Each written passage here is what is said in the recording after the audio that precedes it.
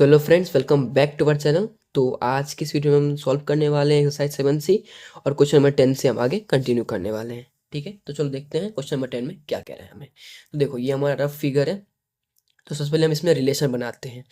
तो हमें एक्स का वैल्यू निकालना है, तो उस हिसाब से अगर हम देखें तो हमें पैरेलल लाइंस का यूज़ करना चाहिए। ठीक है, तो क्या हम करते हैं, हम एक पैरेलल लाइन ड्रॉ कर लेते हैं। या तो हम इस तरह से कर लेंगे तो थोड़ा सा ये जो है लॉन्ग मेथड हो जाएगा। तो उससे आप आप यह कीजिए कि पैरेलल लाइंस के सामने ही पैरेलल लाइंस ड्रॉ कर लीजिए। जैसे कि ये और ये दोनों पैरेलल से हमें दिया भी हुआ है, वहाँ पे गिवन भी है।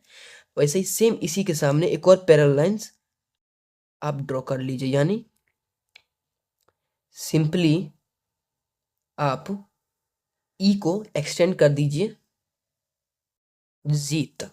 ठीक है, तो ये हमारा पैरेलल हो जाएगा। अब देखो, सिंपली हम पहले यहाँ पे लिख देते हैं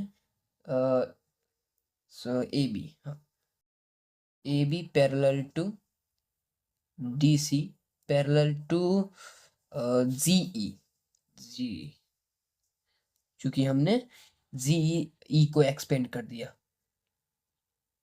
ई एक्सपेंड टू जी। ठीक है, छोटा सा स्टेटमेंट लिख देना है आपको। अब देखो, अब हम रिलेशन खोजते हैं। तो सबसे पहले हम देखेंगे कि इसको हम, अगर हम बी ए और जी ई दोनों पैरेलल मान लेते हैं और ए ई इसका ट्रांसवर्सल है। ठीक है, तो हम इस तरह निकाल सकते हैं कि एक्स का वैल्यू और ये जो पूरा हमारा एक एंगल बन जाएगा यहाँ से यहाँ तक, ये दोनों को हम लोग कॉन्सिक्यूटिव मान के जो है 180 डिग्री करके माइनस कर सकते हैं। लेकिन हमारा जो इसका वैल्यू है पूरे एंगल का, वो नहीं दे रखा, हमें सिर्फ हाफ एंगल का वैल्यू दे रखा है। वो भी हाफ है या नहीं वो हमें नहीं पता, बस मैं ऐसे ही बोल रहा हूँ, हाफ का दे रखा है मान लो। हमें इसका निकालना होगा। तो हम लोग सिंपली क्या करते हैं, अब इस वाले पे आ जाते हैं और डी सी और जी ई मान लो ये दोनों पैरेलल्स हैं। ठीक है भी parallels.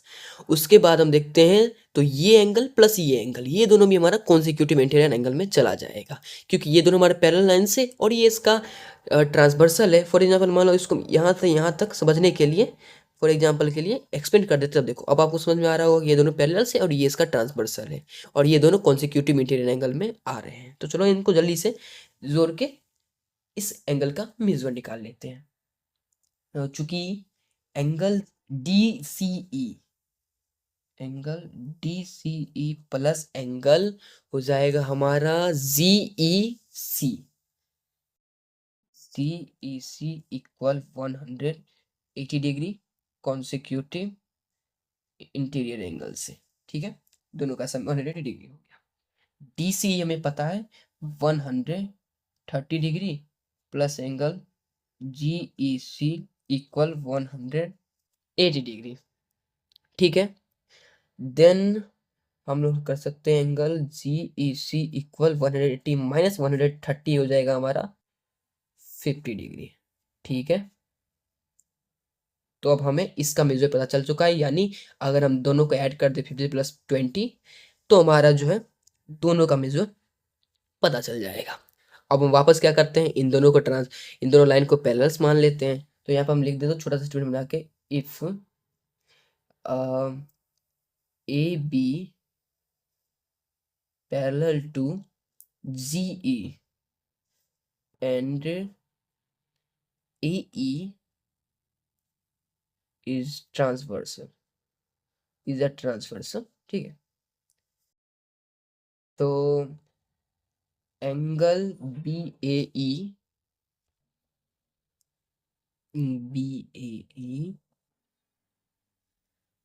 Plus angle G E और ए इक्वल 180 डिग्री।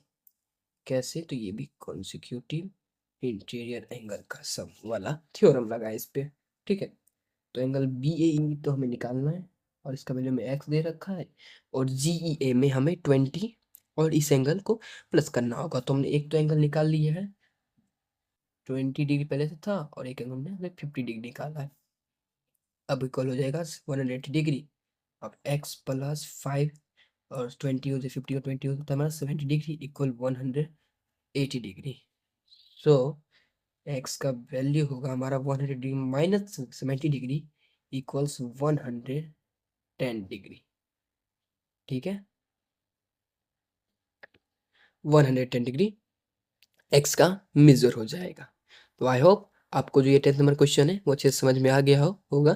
तो मिलते हैं नेक्स्ट वीडियो में, जिसमें मैं आपको नेक्स्ट जो हमारा बचा हुआ क्वेश्चन है उन सबको सॉल्व करेंगे। और अगर कोई भी डाउट हो इस क्वेश्चन में तो आप मुझसे कमेंट बॉक्स में पूछ सकते हैं, मैं ज़रूर आंसर करूँगा। और आपको पिछला वीडियो अभी तक नहीं आपने देखा है तो लिंक डिस्क्रिप्शन में मिल जाएंगे, और बाकी आप प्लेलिस्ट भी देख सकते हैं हमारा। तो thank you for watching, bye.